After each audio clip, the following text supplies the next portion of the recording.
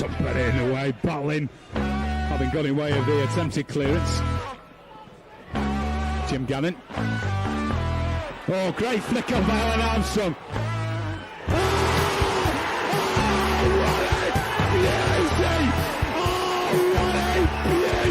It's against Bradley, but here's Warburton! Yes! Oh! And then trying to manufacture the shot, gets it away, yeah! Not got it clear. Please, it's a cracker!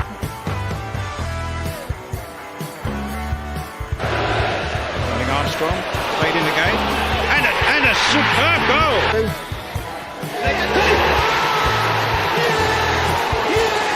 Tony did it! Stockport County are the champions of League Two.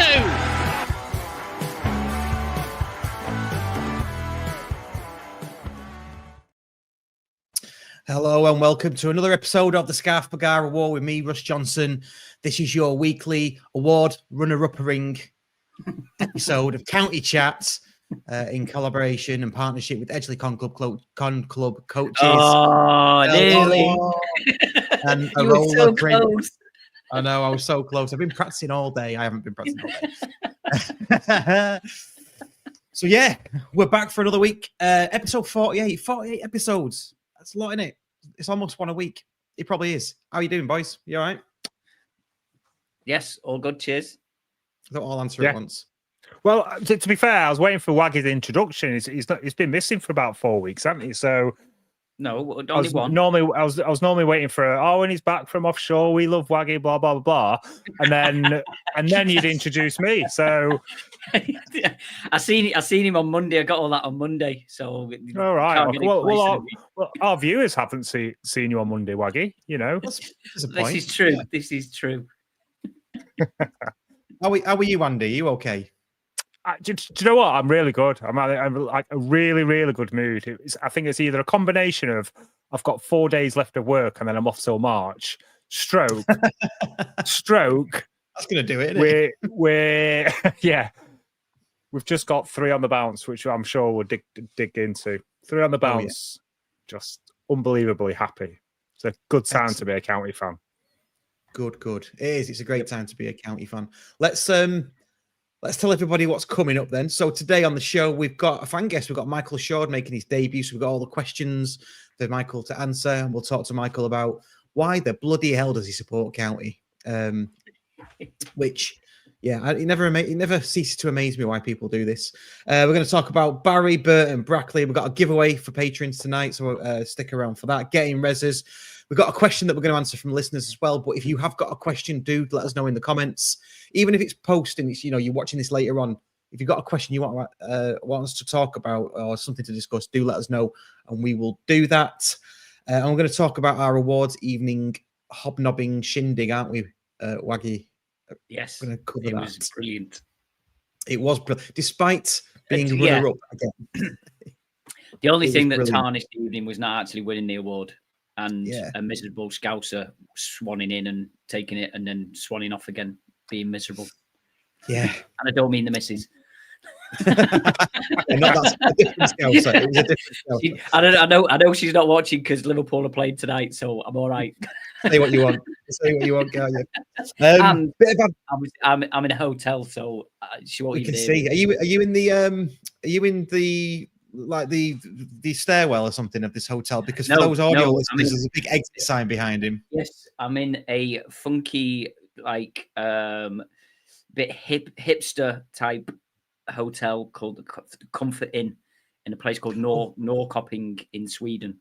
So hence why they've got the exit sign and it actually lights up. So I was like, I might as well have that as a background tonight. It's a bit different. It's a bit funky. Yeah. So yes, I'm not actually in the stairwell. I am actually in a hotel room. And it looks like lying down in a stairwell. Yes. The stupid thing is that that's not actually the exit; it's over there. Yeah, the exit isn't down and up. No. I like it. A bit of admin before we start. The Kenny Boxall interview is there to look at, to watch if you are a Patreon, and the short snippet element is there as well.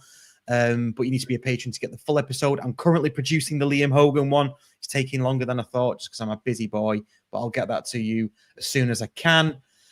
We have got a few irons in the fire. I know I keep on saying that, but we've got loads of guests that we're gonna pull out pretty soon. We need to get them over the line. And then one thing I need to mention, in partnership with Edgeley Con Club coaches. Do you know what we need stocks? So just as you're saying it, if only we could, get some of your family to throw like a rotten tomato at you if you can't say it right. Anyway, carry on, Russ. Carry on. Yeah. Cheers, man. Cheers, yeah. We, in collaboration with said coaches, we are going to. We've got a discount for you, but this is in collaboration with the Supporters Cooperative. So if you join the Supporters Cooperative, which is only £12 a year, by the way, and you go through a link that I'm going to send you now, which is Edgeley Con Club coaches, you get £2 off your coach travel, and the first one is Stevenage. So that's pretty cool. I think that's well worth doing. And if you work it out, I think if you go, if I do my maths right, if you go 6 times, we've got a teacher coming on. I better get this right. If we do it, he'll get his purple pen out. Purple pen out. So the link to Eventbrite is in the comments now. And then one last thing, and then I'll shut up and let other people talk. I'm actually having a drink tonight. I don't usually on a Wednesday, but I'm having a drink just because I'm dedicating this episode to Stu Lockett. And it was his funeral today, and we went, and it was a really, really good turnout. So cheers, Stu. Cheers. Okay. Cheers. Shall we get our fan guest out? Yes, before he starts telling us off and giving us lines. I know, yeah. We're going to have to stay for an extra hour later, aren't we?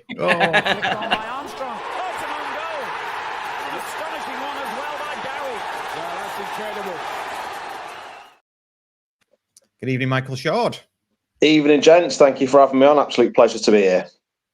No worries. The pleasure is all ours. Now, we must say that you get this out of there now. We've just done some jokes. You're a teacher. Do you want to tell us a bit about that? Yeah, of course. Yes, I'm a primary school teacher, so I'm afraid I can't do detentions as well. So, but it's I can give out dojo points though if you do well. So it's and you get a prize out of the dojo treasury at the end of the week if you've done well. Do primary school teaching. Absolutely love it. I'm over in Moston. Actually, I'm not far from FC United. Only about a mile from their ground as well. So it brings back some good memories. Well, good and bad memories of seeing us lose 1-0 to 9 men in that FA Cup replay, if you remember that as well, which wasn't great. But also seeing us score, I can't remember we scored at a last minute winner and just fans on the pitch, absolute pandemonium. So yeah, good and bad memories abroad as part there. Yeah, but absolutely love it. Teach year 3. It's a really diverse school, but you know what? They all love footy, and they all know county fans well as well. So yeah, and I'd sometimes go into the class and say, you can have a reward like a dojo point as we give out to the kids if you tell me the county score after the weekend. And you know what? Slowly but surely, I'm spreading the county gospel out there as well. And even a lad there who's at the county academy as well in year 6. So nice. Well done. Get them young, brainwashed. Yeah. Subtle brainwashing, we like that. So let's ask you your debut questions. This is your debut, although I remember I was on BBC Radio Manchester and you were there as the guest with me as well, and I found myself agreeing with everything you were saying. So I think it's going to be a good podcast. That's very worrying, to be honest with you. Doesn't rarely happens, but still. Does it? Okay. No. So if you can remember, first game that you went to. Yeah, so it was for counties, the start of the 95-96 season. County used to, and they maybe still do, give out free tickets to schools. And I went along with my mum. She has absolutely no interest in sports. The only game she ever came to. But obviously I was hooked. It was against Burnley, opening day of that season. Just the noise, the colour. It was 0-0. I think someone threw some sweets at Ted McMinn, if I remember correctly, for Burnley. I won't say his name too often because I remember him scoring 5 against us at Turf Moor a season or 2 later, maybe in that season. But yeah, after that, I was just absolutely hooked. So went to all the games, had a season ticket the following season, and what a time to start in as a county fan. So nice, yeah. When you mentioned sweets, and I thought you were going to talk about Vernon Bear throwing sweets at kids, but different, wasn't it? It was different back then. It was a simpler time. Favorite goal that you've seen? I mean, my favourite goal, I mean, just because of its, I mean, in terms of skill, it's actually the John Jeffers goal up at Carlisle. Albeit, I'm going to lie and pretend that I was there, but no, just in terms of skill, nothing, however, beats just the Paul Cook screamer against City. Just the outpouring of joy when that hit the net, the feeling of just what the hell's happening here. You know, we're going 3-up against City after half an hour, and just, you know, because I was growing up, I'm sure like all of you, a time when it was all United, a lot of City, very few County fans around. I was at a big Manchester school, so there were very few County fans there. And to be able to walk in one day afterwards and just be like, do you know what, just you can shut up now. So yeah, absolutely. Comment from Silo Mass. It was Paul Barnes, not Ted McMinn. That's your PTSD, isn't it? Probably. You just decided. Yeah. Disassociate. That's it. I wish he had some tweets to throw in when he banged in 5 against us, though. So yeah. Oh, I remember that. I do remember. Was it 5-3 we lost at 5-2 if memory serves. Yeah, I remember it. Never been to. How do you remember that? How were you even close for us to remembering that? I know. I don't know. How? Mate, you know, we asked Russ a question and he's forgotten it like that. Russ can remember for however many years ago it was 5-2, but it was 5-3 or whatever. Sorry, what was it? Did you say it was, Michael? 5-2. 5-2. But Russ was very close with 5-3. In fairness, it was. Yeah. So we got a couple, but want to be. These are the important things, aren't they? These are the important things. 100% they are. It's My girlfriend's not listening, so I can say what I want tonight in terms of what's important. So Brilliant. Best game you've seen involving County? I mean, it has to be. Well, can I be cheeky and take 2? One has to be the City away game with Tony Ding's late penalty, just going absolutely bonkers when he stepped up. You know, pointed to the far corner, sent Nicky Weaver, the wrong way, and just falling off a seat, nearly breaking my leg, and then walking back past these lines of City fans in their cars. You know, doing an Oasis swag with my County shirt. Probably looking like a complete idiot, but I didn't really care because we just turned them over at Main Road. And the other one just has to be from last season, just going to Notts and just the madness of that game, going 4-up, 4-2, Barry hitting the post with that penalty, and then just when Ethan Pye put that away as well, and just knowing that we were going up as champions and all that, it was just and the atmosphere afterwards as well. I mean, I thought Nuneaton wasn't going to be beaten, but actually that night did beat it as well. So yeah, with quality. Yeah, I agree. Yeah, do you not think though? I mean, we went together, didn't we, Andy? But did you not think it was almost too easy, wasn't it? It's like this is once we started scoring, it was just no looking back. It just felt too easy to me. It was, but when they scored 2 goals, it was like, oh, this is just Notts in it. This is what Notts. They did it like a lot in the season, didn't they? They tended to score and like come back from like 2 goals, 3 goals, 4 goals down. So there was a little bit of nervousness, and then especially as Barry missing that penalty, it was like, don't, oh, for God's sake, don't. No. We're all here, all happy. Just give us our night, and we'll get on our way. Yeah, it was very much. I'm just feeling that nervous tension. But do you know what? We wouldn't have it any other way, would we? Because it had everything in that one night that summed up a season as well, to kind of from the elation to the pessimism to the elation again, and that's what it's about. Yeah, good shout. What's pessimism? It's this thing other people pessimism is what a lot of the folk of the Etihad are feeling at the minute, I think, as well. So be careful, we'll have a bloody klaxon going off in Manchester and Dubai. I'll take it. Well, I better not take it back, but it's I'll don't take it back. It's good for the algorithms. Keep saying it. And favorite player, or you can have past and present. It's up to you. Yeah, I mean, for past, again, just from that era that I was at, I mean, Alan Armstrong, you know, I mean, one of my fondest memories is, I mean, I know it turned heartbreak 30 seconds later, but I equalised against Everton, a 2-2 in the replay. Just that moment, that was the first moment that I had experienced proper pandemonium. He was even better than going to Goodison. And I know John Abril went and broke our hearts 30 seconds later, as I said. I'm going to bend the rules slightly, if I may, just for current player, only because he left us in the summer, but Ryan Croasdale. I just think he was the absolute linchpin of what we did. I mean, that season where we won the National League, and we started to have that wobble. I don't know if any of you were at Yeovil, where it's all started to feel it was going a bit wrong. We had started to get red cards. Sars was out, Collar was out, and the only player I thought actually we cannot afford to lose was Crosby. And to be honest with you, I'm still gutted he's gone, even though I'm not sure he'd get in the team. But yeah, for what he did, and he was such an unsung hero, I think he'd have to be it for me from recent players, along with Ben as well. Yeah. Good shout.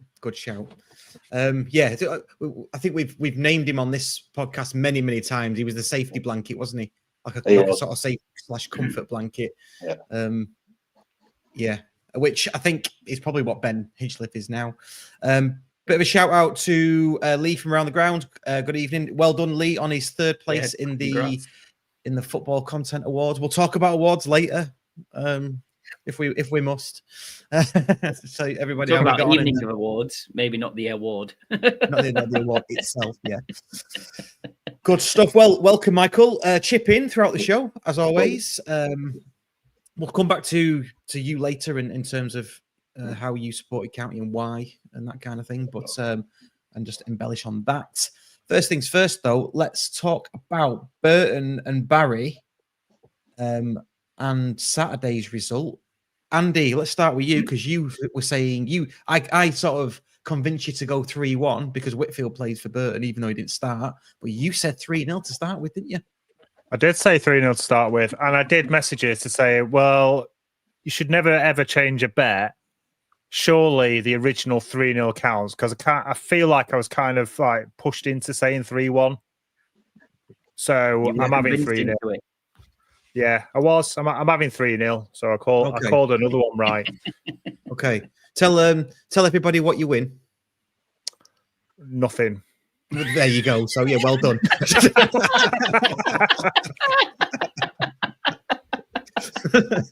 Well done, you, Andy. Well done, you. Yeah, thank you. No, I mean, it's, to be fair, I mean, I was a bit, I wouldn't say pessimistic, but I always think in these games, these teams are better than I often think.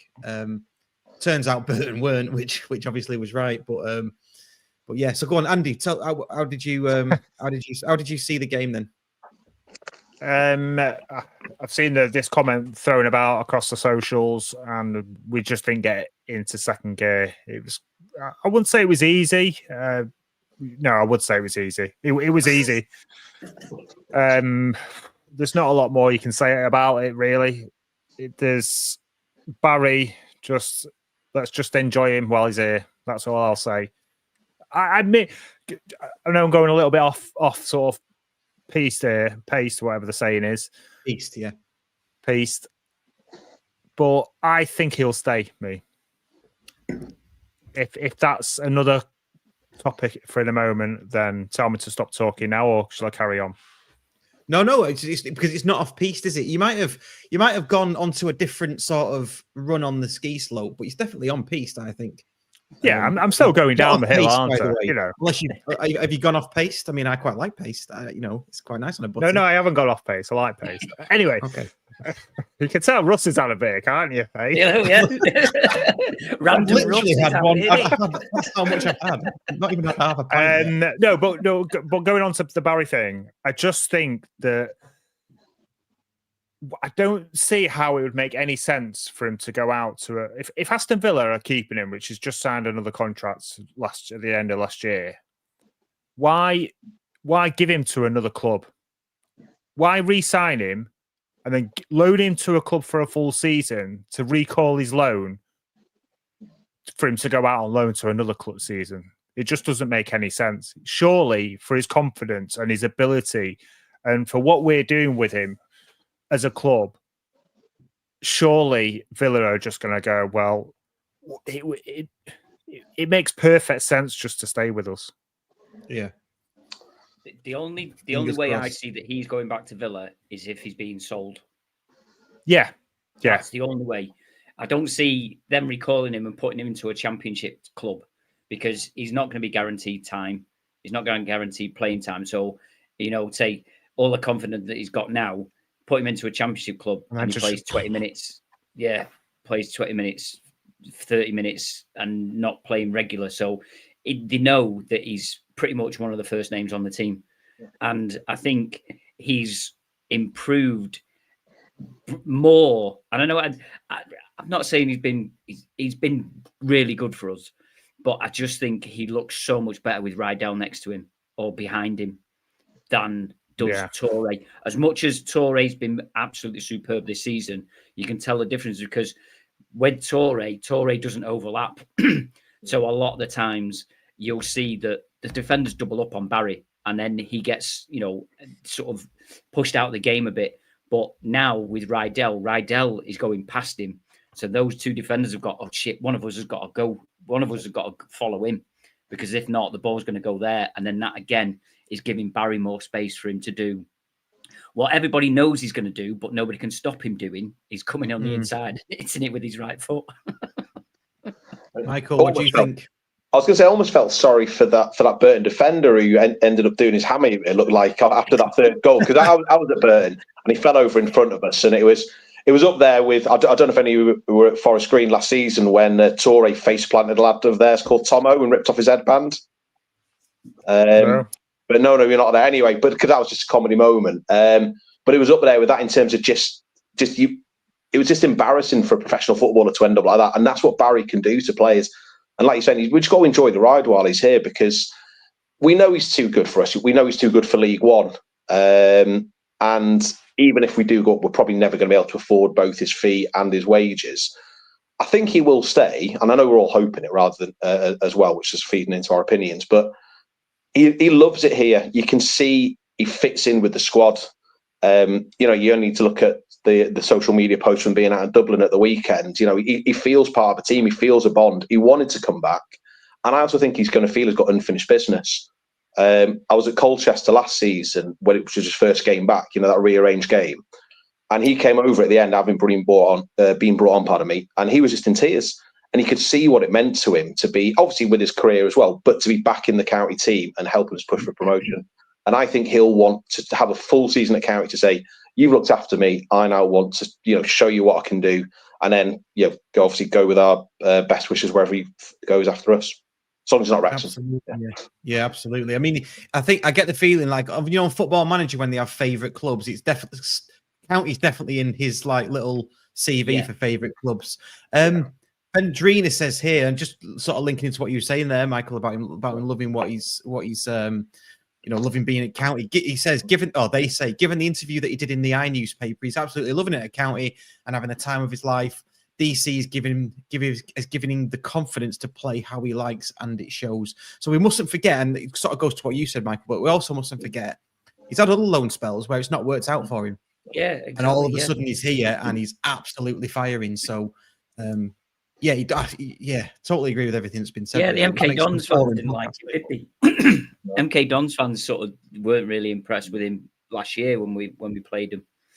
They not necessarily booing him, but you could just feel that they would he's not going to do anything. And I don't think he really, apart from scoring a penalty against us in the playoffs for Salford, I don't think he really did much else, did he, for Salford?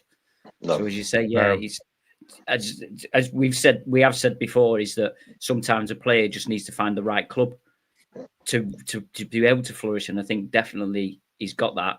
And you still go back to the interview when he came back, when Liam asked him, they always say don't fall in love with a lone player, and he said, yeah, but you don't fall in love with a lone club. True. And I thought that spoke volumes. As you said, Football Manager, he definitely favourite club is Stockport County. Yeah. So there's a question here that we've got, and it was given to us weeks ago. So I'm going to ask it now because we've gone onto this different piece thanks to Andy, which is fine. But in fairness, Burton was easy. There's not really much to cover. No. Well, we'll get onto the Burton performance after this. But Pete Cormack, regular listener, I'm going to add on to this question, and I'm going to give it to Michael. Pete Cormack says, "Is Louis our top scorer in regards of a lone player?" And I'm going to add on to that: is Louis Barry our best ever lone player, in your opinion, or have we had better? In terms of goals, I can't think of one, at least in the time I've been watching, someone who's had that level of impact. If you spread it over, obviously, that last season, what he did in this season, in terms of quality as a lone player, absolutely is the best we've had. Genuinely, I cannot remember a lone player having that level of impact. And I know you can argue, well, he's come down from the Premier League, come down 2 divisions, so you'd expect him to have some impact. But lots of Premier League players go on loan to lower leagues, and they don't have the impact he's had. And yeah, he's just a cheat code, isn't he? Let's be honest. So yeah, I'd say he's the best lone player we've ever had. Yeah. Waggy, are you going to throw any in the mix? We're getting some in the mix already. My memory's shit, so I don't know who was on loan and who wasn't. Well, I've listened to. I think you can't. It's difficult to compare. Jimmy has put John Ruddy. We've had some good quality goalkeepers on loan, haven't we? So, but it's difficult to compare a goalkeeper's loan compared to, obviously a striker or an attacking midfielder. The only one, who was it that was Hennessy? He did the 9. Yeah, he did the 9 games on the trot, didn't he, without conceding and winning. Yeah. So that's got to be a close one. No. Well, again, as you say, it's difficult. You can't really compare a goalkeeper with an attacking. No, right. So basically, I kind of agree with when that question was asked. The first name other than Barry was Ruddy. So I kind of agree. You can't compare him to a striker. I get that, but I didn't rate Hennessy. All right, yes, he was part of that 9 unbeaten run, but after that, the next game, didn't he let in like 4 or 5 after that? So I think I'm not saying it was all Hennessy, but the defense made up for a lot of that as well. Don't forget. Yeah. The whole team did. But I think John Ruddy was definitely up there as a good signing. But me personally, as Michael said, in terms of goals and player, I think Louis Barry is the best we've ever had. Yeah, without a shadow of a doubt. Yeah, the other one that stands out, and Sia Lomas has mentioned it here. The other one that stands out was Kevin Cooper back in 96, 97.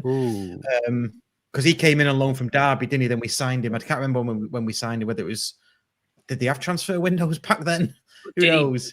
Did he have as much of an impact as a loan player, or is it because he was there for a while, wasn't he? He was with us for a bit, so.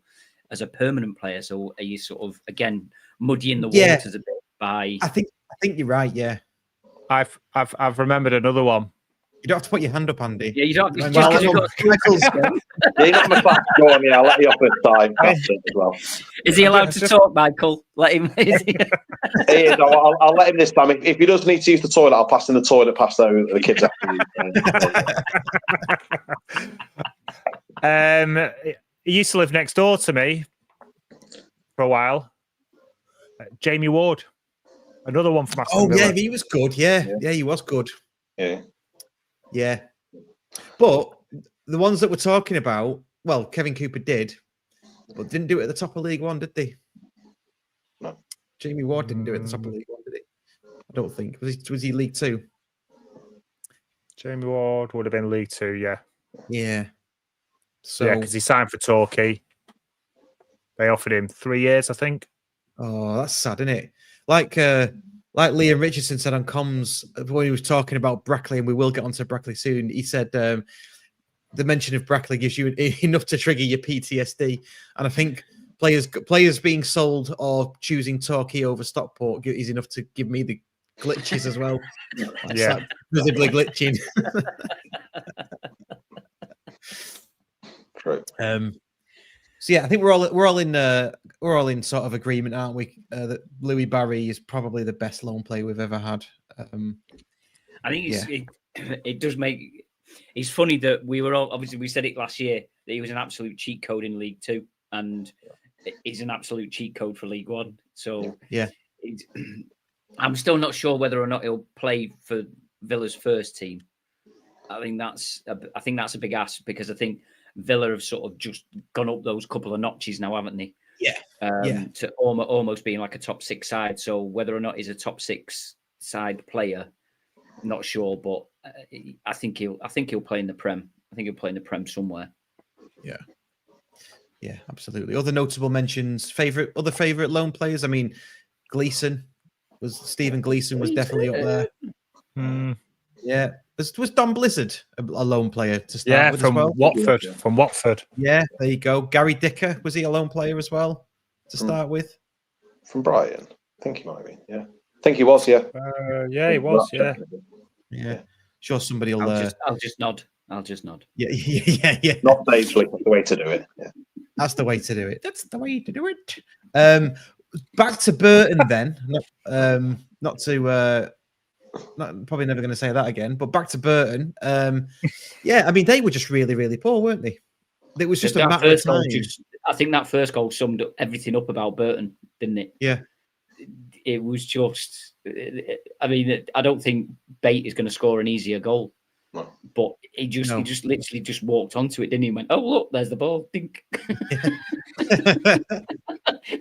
Yeah.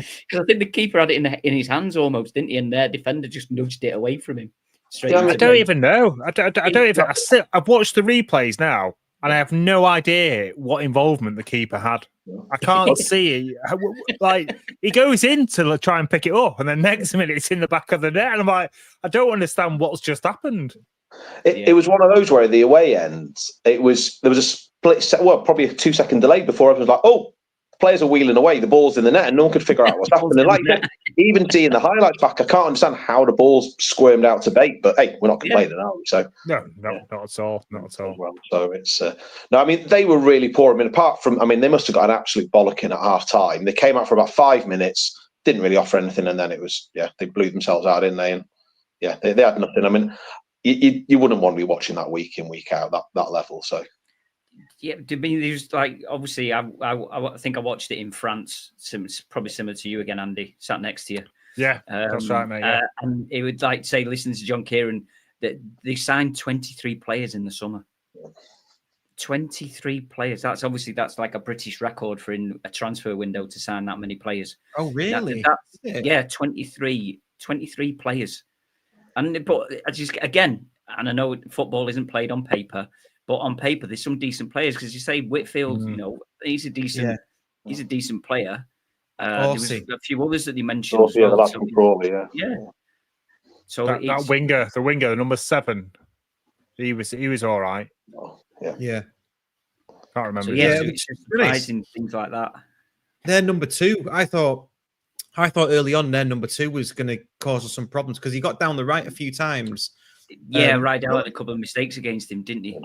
Yeah, I wouldn't say unchallenged, but he managed to get away from Rydell. He was probably more attacking anyway, because of linking up with Barry. And he got down the right a few times and managed to get a crossing. And I'm thinking, something needs to be done about that. But in the end, it just petered out to nothing for them. Do you think? I mean, I've heard it on social media that was probably the most complete first half performance we've had this season. Would you go along with that? I think we were very, very good. Sorry, was it better than Wrexham? Was it better than Bolton? Don't know. You tell me. No, I don't think it was. I'd say no. I think they were just really, really shit, and we just, as Andy said first, we just never even. I don't even think we got into second gear, really, did we? It was probably the most controlled first half we've had, I'd say. Yeah. But like you said, the level of opposition, it was poor. It was, like you said, they never really threatened. We didn't have to crank up through the gears, and like I said, we just not dominated, but we were firmly in control. I saw a comment on social media this week, and it made me laugh, saying they could have stuck Brett Angel in net, and we still would have won 3-0. True. Didn't he ever go in net? I'm sure we had to go in net, didn't he? There was a game where we went in net. I'm sure Cy Lomas will tell us if he's online still. So I'm sure Brett Angel. I remember Dinning going in net. Yeah, Dinning went in net. Barlow went in net, I think, for a game. Was it Jeff Eckhart who went in net against Carlisle, scored a hat trick, and then went in net? It might have been. Yeah, I think pretty sure Jeff Eckhart. Yeah, and obviously Proudlock, the old Proudlock story. Yeah, cool. Yeah, happy days, happy days. So that's Burton. So obviously a nice 3 points. There were some games last night as well. I think we stayed fourth out of all the games last night. I think we were fourth, weren't we? We stayed fourth. No, we were third, weren't we, on goal difference? We were better goal difference than Birmingham. So we were actually officially third. But yeah, Birmingham won, Wycombe won, and Wrexham won, didn't they? But yeah, I think some of the other teams below us, in and around us, a lot of teams drew. So I think still Mansfield can go above us with the games in hand, but I don't think anybody else can unless they score an absolute 8 or 9 goals. Boatload. Can Huddersfield overtake? Because I think Huddersfield might be able to. I'll have to double check it. So I probably didn't go that far down. Yeah. I probably got bored. Yeah. Yeah, sorry, Michael. Everybody's got so many games in one game or 2 games and stuff, and then trying to work out what they're going to get. So what are they going to get? And I was just like, I've had enough. It's very rare though that me and Waggy would look down. We only look up to see who we can catch. Well, I think a lot of our fans have become like that recently. I mean, I don't mean like in a negative way, but because we've been so spoiled in the last 5-6 years. Entitled. Yeah. We're titled. No, not even entitled. But no. But just the idea of we've not had to, if someone were to say, who's at the bottom of League One, I'd actually struggle. Obviously, I know we play Burton, but I'd have to actually stop and think apart from Cambridge and Shrewsbury, who else is actually battling down there at the minute, because it's not really concerning us. So.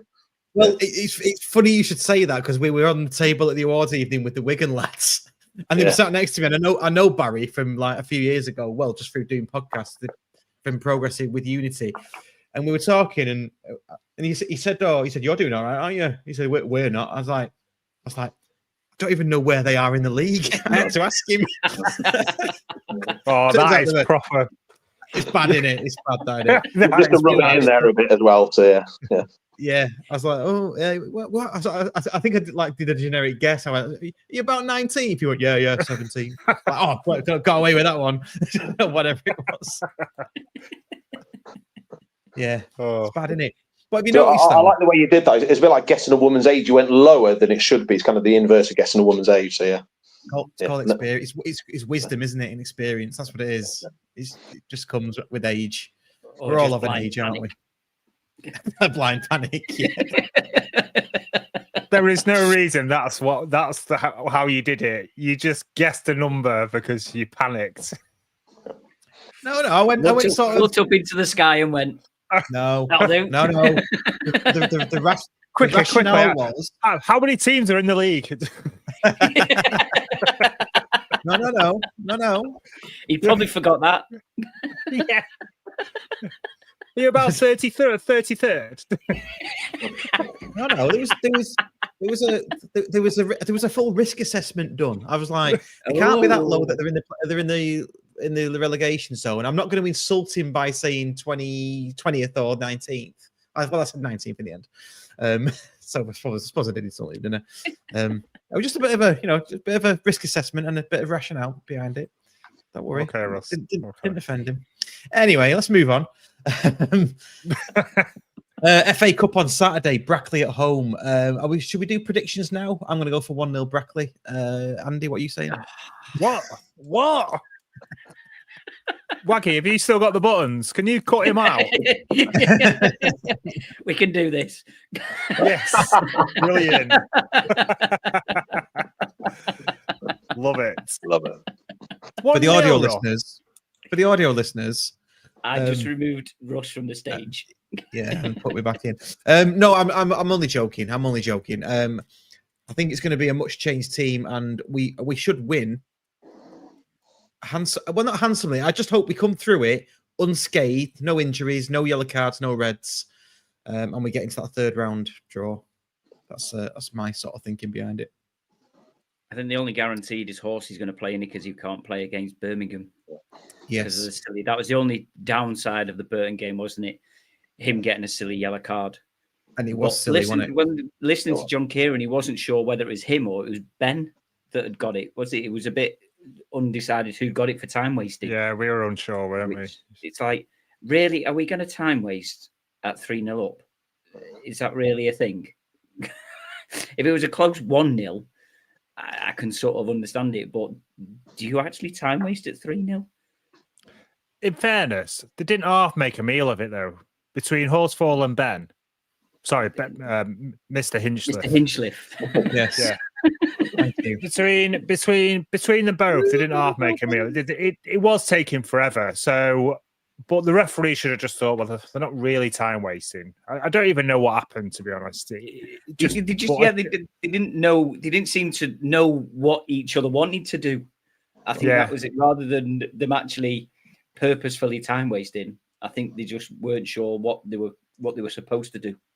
But a 3-0 up though. What was even Horse doing back there? Surely Ben can just take the kick himself. He doesn't need Horsfall there. Yeah. I agree with Liam Walker and Anthony Nixon, 4-0 County. Liam Walker 4-0 and Anthony Nixon. Michael, did you go on Saturday to Burton, by the way? Burton, I did, yeah. It was one of the things I might even mention for getting in the Rezzers later, that it was a bit like Wembley. You couldn't take drinks nor food in as well, although I did manage to smuggle a sausage roll and a bottle of water in as well. So it's... we don't want to know where the sausage roll was. Oh, no, well, you know, there's a bit of Marmite on it. No, I'm only joking. It was a... But yeah, it's just kind of things you learn when you're knocking around Moston, you know where to stash stuff away. So it's I bet you've never stashed a sausage roll in Moston. Well, but yeah, no, I was there, and you know, it was a good experience. Actually, I'm missing Saturday. It's the first home game I'm missing the season. I'm taking my missus to a spa day, and then we went to the ballet in the evening. I did think we maybe do a triple B and fit Brackley in between Buxton and ballet, but she wasn't having it. So it's yeah, but I'm going to go 2-0. Going to go 2-0. Fair enough. Sorry. While we're talking about you going to Burton, just very quickly, did you see the incident with Fraser Horsfall? And yeah, it did, and you could see them faffing around, like you said, at the far end.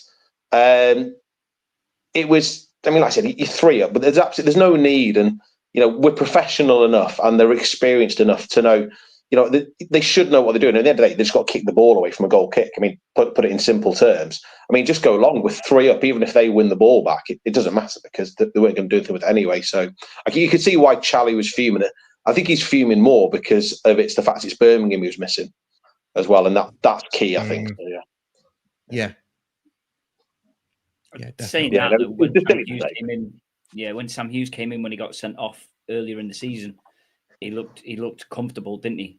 He did.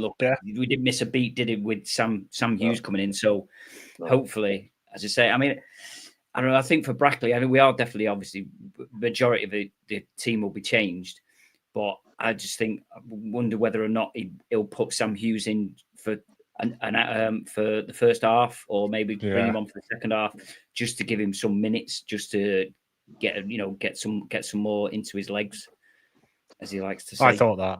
Yeah. I mean, me personally, I don't think he'll change an awful lot. I think there'll be a few key players not playing, but he does care about the cups, doesn't he, Challoner? And he won't want a repeat of Tranmere. No, I think he changes the front 3, he changes the middle 2, and then I think he will put Torre on instead of Pye, and then put Hughes on instead of Connolly for the first half at least. I think Rydell and Maka, I think they still play because they still he still wants to put minutes into their legs, doesn't he? So maybe they'll play for the first half or 60 minutes or something like that. That's my thinking, and I think Adai goes into nets, doesn't he? Yeah, 100%. So now for the cup. So I think it'll be relatively changed. I think there'll only be two or three that are still in it from that played at weekend. Just to add to what Russ was saying before, in terms of what we hope for, obviously apart from a win, in terms of no injuries, no bookings, anything like that, is actually a Tanto goal as well, because he just desperately needs to get one in. Because, you know, when he banged that one in at Blackpool, we all thought, he's back, he's going to go on another run. And obviously, sadly, it hasn't happened for him. When he missed that sitter against Wrexham, you know, we all had a head in our hands. It didn't matter, but I think, he needs a goal, and hopefully we'll then start to see him approach his best again. So that'd be my hope for Saturday. He's been up and down, hasn't he, Tance? He's had a few injuries and been ill and stuff like that. So I think he's not got the consistent run of games that he had last season. As he said, he's gone back. He changed last season. The beginning was if he thinks too much, he makes a pig's ear of it. Shall we say? If he doesn't think and it's instinct, then it's there. And I think because of the instincts goals that he scored last year gave him more confidence. And then when he did have to think, he was making better decisions. And he seems to just have dropped back that if he gets too much time on his hands, he overthinks things and, he gets caught in two minds. So we want him to score off his arse. That's what it is. Is it just a fucking fumbled, bounce off his arse and goes in the net and then away he goes again.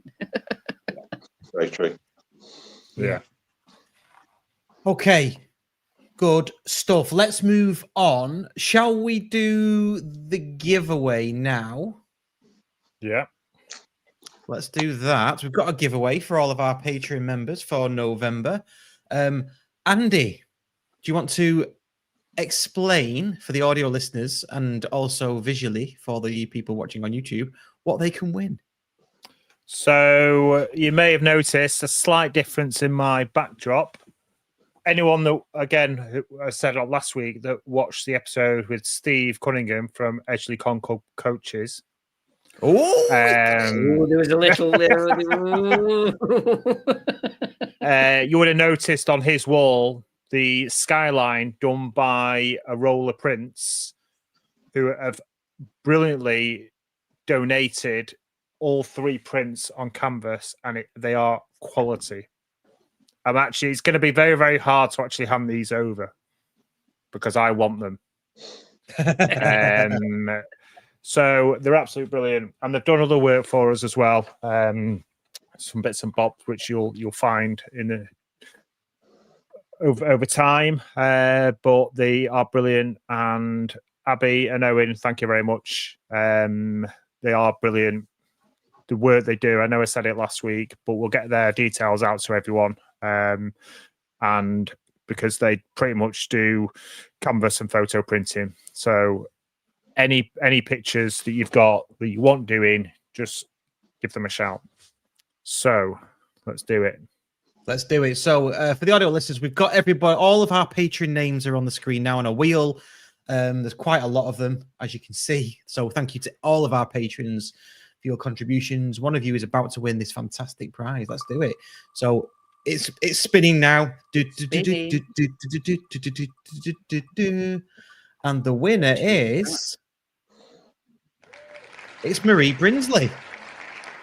Congratulations, Marie. Congratulations, Marie. It's probably the right time to say that that's my auntie. So is it? Oh. Yeah, massive. I sit with her. She sits next to me in county. Yeah. So we'll see him next week in the county arms. Yeah, well, on the opening night. Yeah. The canvas will be that's brilliant. That means the postage won't be costing me anything. No. So congratulations, Maz. That'll go nice in the house. I'm sure it will.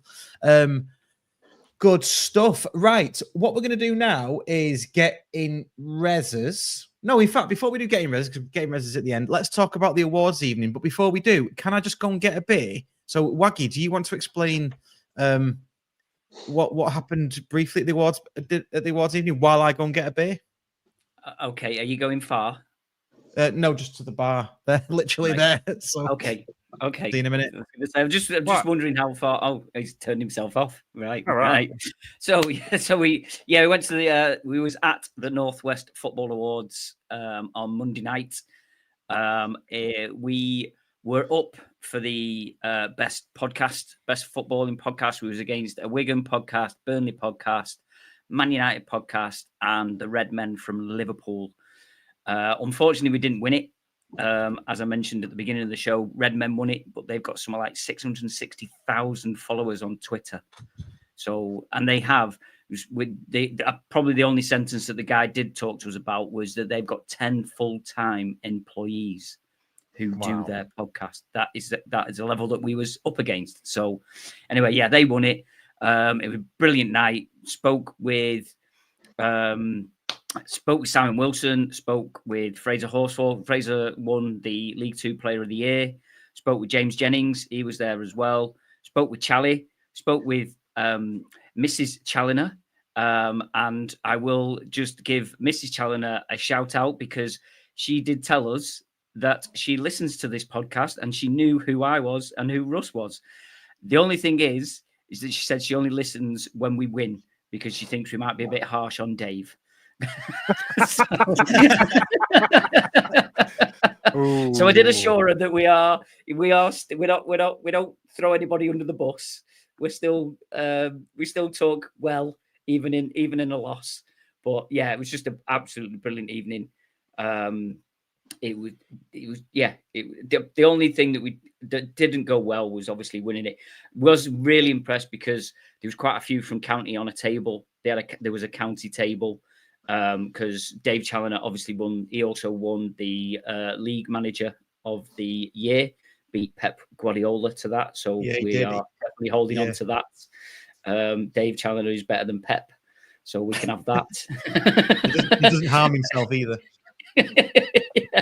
And Fraser got League Two Player of the Year. But when we were announced as the podcast, they all basically stood up, cheered, clapped, and looked over at us and waved. So that was really good to see.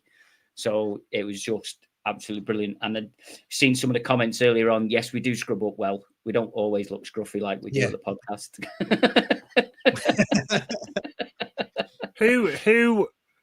Who decides who wins? Who votes it?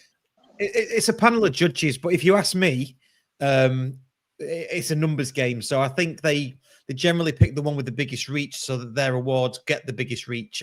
It's my cynical view. I think it's the same with the Football Content Awards, and I don't want to speak too sort of dissing of them because they are really good awards. It's a good evening. We had a cracking time, but it just stands to reason, doesn't it, that you're going to give the ones that have the most reach the most. You want your award ceremony to get out there. So Football Content Awards, I know I've been saying for weeks that Under the Cosh and Not the Top 20 would probably win it.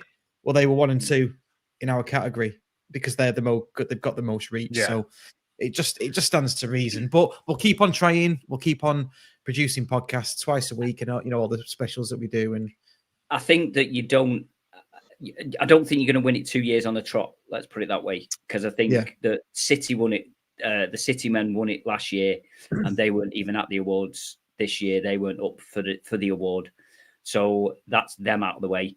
And then we've got Redmen, Liverpool. We've got them out of the way. So we'll just keep going until there's nobody left. And it's just the only people who can win it. The only one in the category. Oh, I wonder if we'll win tonight. Yeah, exactly. Exactly. Or maybe if Redmen have 10 paid employees, did you say? Maybe that's the way you need to go, Russ. I don't mind being paid. If that's the way you want to go. Well, if this could afford to pay, then we I'd go for it. But it just can't, mate. We need more subscribers and more patrons. That's what we need, basically. We only need 660,000 people subscribed on Twitter. Follow us on it. Yeah. Please share the Patreon, everyone. Share the Patreon. Share the Patreon. Oh yes, if you'd like us to get paid for it and for it to be our job, please do share, like and subscribe. Which is a good point, really. Actually, if you are listening to us and you do like this, please do subscribe. I think we're about 16 or 17 subscribers on YouTube away from 2,000. So that'd be a really good milestone to get to. And we're not far off 100 patrons either. So that would be a good one to get to as well. And just to say for Patreon, if you're wondering what to get your beloved Stockport County fan in your life for Christmas and you like the podcast or they do, you can actually, we'll set it up soon. You'll be able to gift your loved one a Patreon subscription, which is I think that's quite a nice thing to do, really, isn't it? Yeah, so, I needed to say we have got some really good special guests lined up. We have, it's worth. I'd say it's definitely worth the £3 for the ones that we've done. Kenny Boxhall, Matty Warburton, and Will Collar. They've all been absolutely superb, and listening to them, even just being able to talk to them, were absolutely superb, but they were absolutely 3 superb guests to talk about the way that, about County, basically. Yeah. Don't forget Matty Warburton. He's in there as well. I did say Matty Warburton. He said Matty Warburton. You forgot Liam Hogan, though. Well, Liam right. Hogan's not out yet, so that's why Yeah. I've not mentioned Liam yet. But there will be a part 2 to Liam Hogan. So the first part talks. You need to listen to it. Talks about Jim. Talks about the time at the club. Second part will be on other things, other tasty things that we didn't get around to talking about. So do get on that. Shall we do Get In't Rezzers? Yes. Get In't Rezzers. Come on, Get In't Rezzers. Get In't Rezzers. Get In't Rezzers. That's rubbish. Get In't Rezzers. I'm not having that. Get In't Rezzers. So I'm going to go first, if that's okay with everybody, just because I haven't really got a really, really good one. All I'm going to say for Getting Rezzers this week is probably getting Brackley at home in the FA Cup. I just think it's. I'm going to repeat it again. Liam Richardson coined it for me on Saturday. I laughed out loud when he said it. It sort of triggers your PTSD. So getting Brackley at home. So that's mine. Michael, you're our guest. Do you want to go next? Sure, thank you. I mean, I had to think about it. Mine would actually be, and it may have been said before, is fans leaving early. So, because at the Wrexham game, we sit on the pop side now with my dad. 1-0 up against, a top of the table team like us, 6-pointer with a bit of a rivalry, and with about 5, even 8 minutes to go, fans were getting up and leaving. And I get occasionally you might have to catch a train or whatever. I get that, but it's often the same people. And you think, why would you do that? Why would you pay money to go to? You can go to the cinema and leave 5 minutes before the end of a film. So why? And especially when we all get it. I said to the bitter end against Wickham. I get why some people would leave that early. I get that, but in that situation, why would you choose to do it? So that would be mine. It's just if you're there, thick or thin, stay till the end at least. Unless you've got a very, very good reason to leave. Yeah. Where do you stand on people who say, for example, I mean, just throwing one out there into the air, who say maybe leave on 88 and then go down to the end of the Cheadle stand and watch the final few minutes there, and then make a quick getaway as soon as the whistle's blown. I'm just putting it out there. There's nobody in particular I'm thinking about. What would you think about that? I mean, again, it's unless you've got a real pressing need. If you've only got like one train every 2 hours or something, I'd get it then. But otherwise, it's just what's the rush? And particularly if we're going to win a game, would you not want to be there for the buzz afterwards, or to applaud the players off? It's obviously if you've got kids with you or something, I get it. If you've got little ones, they might be a bit narky and they want to leave. But otherwise, I can't really see a reason why do you want to do it? Just stay in your seat and enjoy it. Because these times won't last forever. We're not going to get games, against top rivals where we're winning 5-0 or 1-0 going to the last minute, and so just make the most of it while you can. I think a lot of them people that do that, it's ingrained in them. When I had my season ticket, when I had the season ticket the first time around, is that we used to do that. We used to leave our seats sort of like say 88, 89, but then slowly saunter down until you stood behind the lower tier, and then wait, and then you'd be edging towards an exit. And then as soon as the final whistle goes, you're like, gone, because you want to try and get away. And when I re-got my season ticket, although I was obviously with me, it was like, should we stop? And I'm like, no. I'm sitting here. I'm staying until it's done. And if it's a decent win, I'm going to sit and applaud. And I'll still stand there and applaud the players when these people that are trying to get past me, because they want to get out the seats, because I sit on the end of the row. Can I chuck a preemptive one? Can I chuck a preemptive one in as well?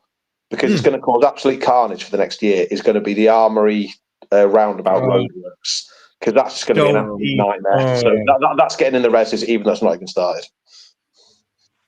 Yeah, that's starting soon though, isn't it? That's like, I think are they doing like pre-work on it already or something? I know it's due to start in December. I don't know the ins and outs, but it's just going to be a nightmare in it coming in. Yeah, because we come in from that way, so I think we're going to have to go around Cheadle Heath way and so on in future, like most people, I guess.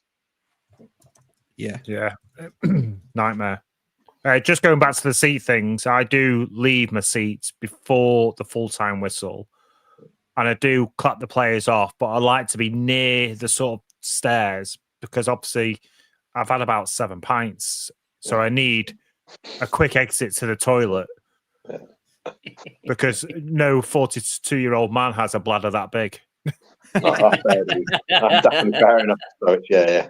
And I have to give a shout out to the person who's always stood next to me, my best mate Ian, who always has a go at me because Russ always gives Ian a mention sometimes on the podcast, and I apparently never do. So, Ian, if you're watching, thanks for standing with me for our quick exit to the toilet after full time. Yeah, he's on. He's had a couple of comments. Yeah, he's had a couple of comments. Yeah. And I'm not in a grow room, Ian Dowden, either. It's my loft, which is yet to be sorted with a backdrop. Work in progress. Nice. Waggy, have you got a rant? we can probably have a rant, or we can actually have a football related one. Ooh. So let's have we'll have a football. I'm in Sweden. They're all nice, good people, aren't they? So I'll keep my rants away from the Swedish public. Although I think this one, but Sky Sports. I put Sky Sports cameramen in the Rezzers last time. Not last week, the week before. Sky Sports, and I think not necessarily cameramen, but it's the people that are controlling and directing. They can get in the Rezzers and it was the Liverpool game at the weekend. Obviously, we missed the Liverpool fans who was sat watching, and Sky actually missed the first goal because they were showing a replay of nothing that was anything to do with a shot on target. I think it was a corner. So Liverpool had took a corner, it had gone out for a throw in, and they were showing the replay of that instance. And then suddenly they just cut back as the ball went in the back of the net.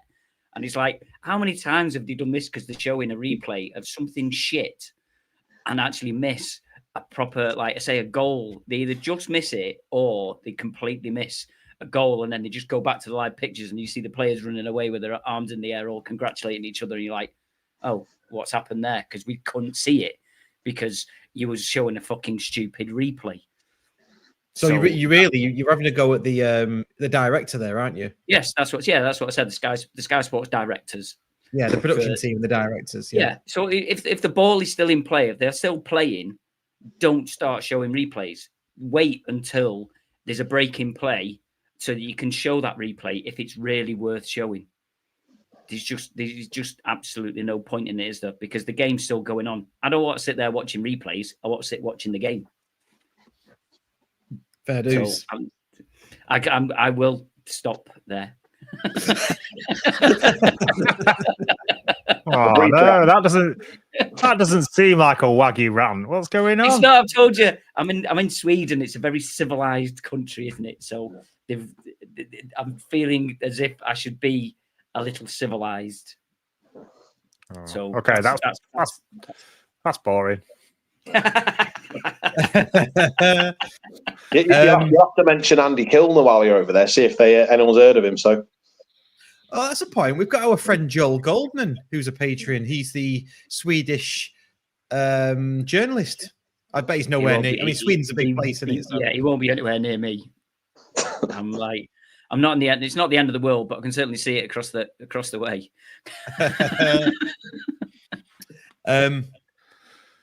Just before we move on, I've got one last thing to bring up and chat to you about.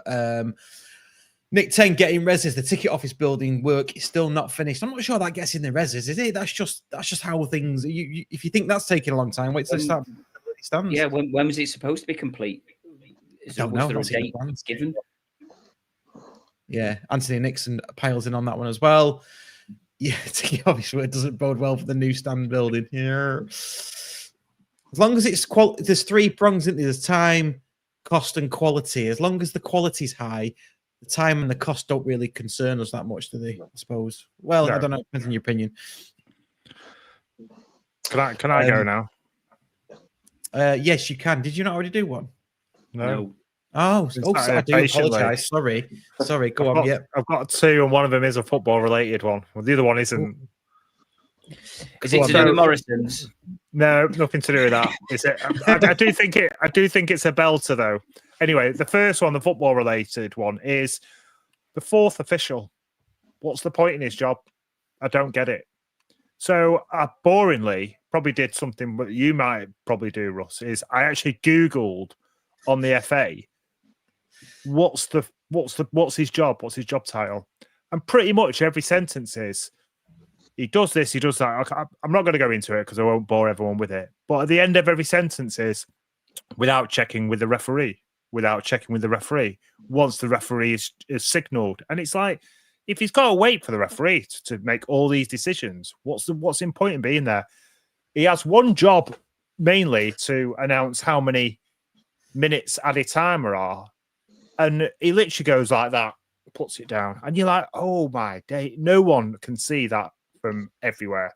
I can't remember what game it was, but the manager had 1 foot outside the little square box thing. And the fourth official was telling him, I'm thinking, there's all the things he can be getting on with, like waiting for the referee to give him a thumbs up on something, than telling a manager to put 1 foot in. You're like, who cares? Is that really your job? So mine, football related one, is the fourth official. Just don't see the point. The freaking linesman can't give a throw in without consulting the referee. The fourth official's got no fucking chance, has he? Well, the fourth official can't make decisions. They can't influence the referee. They can't do any of that. So what, apart from sticking a board up, which surely Jordan Felgate did that for County in the National League North, so they don't need to do that, do they? They should call them a substitute official, because that'll be clear as to what the purpose is. Because fourth official, like you say, makes it sound like they have a purpose when actually they don't really. So no. Well, you see him. I totally agree with you, Andy. You see the managers having goes at him all the time, don't you? And they're just like not answering the shoulders. Yeah, they're just like, oh, no. It's like it's almost they're there to create an atmosphere, because both sets of managers have a go at them, and then all of a sudden you see the fourth official like this. The referee comes over and does a yellow card. Why don't you just remove the fourth official, and then there won't be any, like, what's the word? Argy-bargies. Argy-bargy, yeah. Yeah. So, yeah, that's my football-related Get In't Rezzers. My non-football-related one is, that plate on the microwave?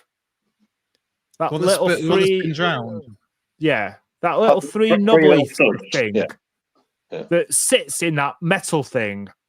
Can nobody invent something better that you don't have to stand there for about 5 minutes trying to fiddle that into position? It's the most annoying thing.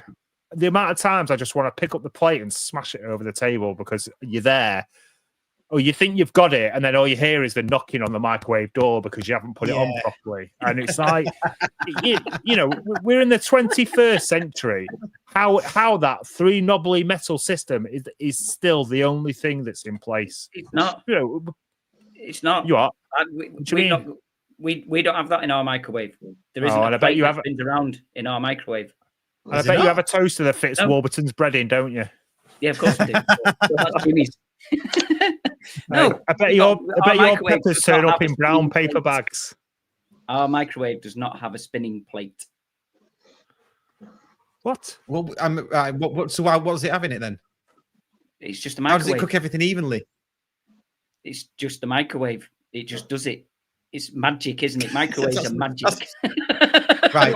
How does it spin round? Waggy, you're a systems engineer. That's not an answer. That it just does it. The oil rig, as we speak, is now tilting this way. Oh yeah, it'll be fine. No, the oil rig will be fine. It just does it. Yeah. It just does it. Of course, it does. Right. I'm not gonna go and strip down the microwave to work out exactly how it does it.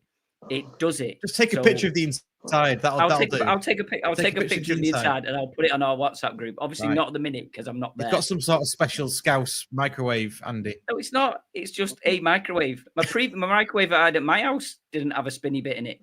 I didn't think that they were a thing anymore. When did you buy your microwave, Andy? I was trying to figure out how this might work in terms of presumably the microwaves themselves would divide equally, but then you've got the side that's on the door. So how are they emanating out to the bit of the food? I mean, you're going to end up with like a quarter frozen lasagna or something. You know what I mean?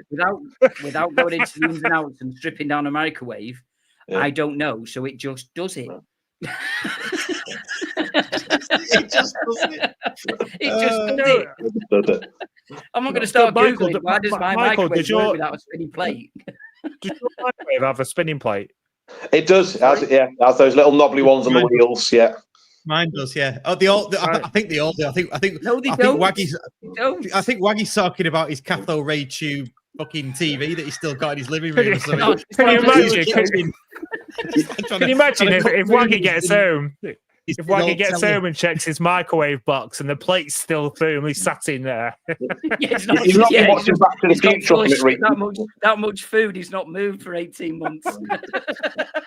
You're not really watching Back to the Future and imagine you're in it where the food just immediately comes out, where they put it in and it kind of comes out 2 seconds later and it's giant and so on, like in the future. Yeah, love it. Anyway, definitely hasn't got a plate in it. Right, it's fine. We'll take a picture. We'll have a look at it. Let's move on to rumours. We've got a rumour. The Icelandic lad, the Icelandic wonder kid. And please don't say any mums go to Iceland jokes because it'll just get boring very, very quickly, won't it? Or even dads go to Iceland. What do we reckon? This has come from Icelandic news, Icelandic journalists that we are in for. This 19-year-old that scores more goals than Peter Thompson in his heyday. So, oh well, there we go. Thinking. County number 9. There you go. He's an Icelandic Peter Thompson. Is that what you're telling us? Wow. Yeah. How'd you follow that? That'll definitely get everyone glitching. I think if it turned out to be the next Peter Thompson. So yeah, it's. I mean, it's hard to tell. I mean, I guess what it shows is the fact that we're thinking, because we go back to Barry, we're thinking beyond Barry. We know that at some point we're not going to have him. We've got another young player. Let's see whether he'll come in and then potentially be put out on loan. Because he's 19 as well. Yeah. Because is he likely to get in the team? Certainly, if Barry's there, probably not. Obviously, you got Tanto. Obviously, we want to get in there. Woods, he's not going to get ahead of him. So it might be one with an eye to the future, but how soon that future might be will depend, I imagine, largely on how long Barry stays. So, yeah, definitely a hot prospect, isn't he? Yeah, by the sounds of it. And I agree with what Phil Lloyd said there. The fact that Sam Burns commented on it, does put a bit of weight behind it as well. Yeah, well, yeah. I mean, I don't really take any rumours seriously unless pretty much like someone like Sam Burn or Fabrizio Romano, whatever he's called, says it. Yeah. So yeah, definitely. It's good because it sounds like that we're actively chatting with him. I know it seems to be there's been a lot of clubs that have been rumoured to be looking at him and stuff like that. We're the only ones that have they confirmed that we've approached them or we've asked about him. I think that's what Sam was saying. The Icelandic club. Their media has said it that we've approached, or we've not made an approach, but we made an inquiry with him. So that's good. But as you say, it's what we're looking for, isn't it? We're looking for the next big thing. In reality, get him in at 19. If we can have him for a couple of years and progress him under challenge, sell him for 10 million. And then we can sell him. Sell him on. Yeah. Just on that point, I'm just wondering who was the last non-British Isles player who we signed, like overseas player. It must be going back a fair few years, assuming it comes to fruition. But yeah. You mean actually bona fide sort of? It's not bona fide, but non-British Isles, as in what they lived over British there. or an Irish team, effectively. Yeah, that's a good question. Who did we have after? Finnish lads or Kareem Fredin? I don't know. Yeah, I was going to say Chef Kikuchi and Jarko Vis. There's going to be loads after that, pretty much. Simon Lomas says Ethan Bristow from Minnesota. I mean, do you know what I mean? Yeah. Well, that was low, but yeah. Well, yeah. But still, yeah. But do you know what it shows as well that obviously our scouting network, the fact that we're now, going to Iceland, no pun intended, or anything, is we wouldn't have been having that even 2 seasons ago, probably. So there we are, stretching our net wide. No, it's a good point. Very good point. Okay, I think we're just about done. Is there anything you want to mention before we wrap up?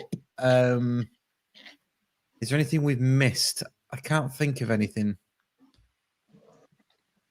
No. Okay. Well, I won't drag it out any much longer.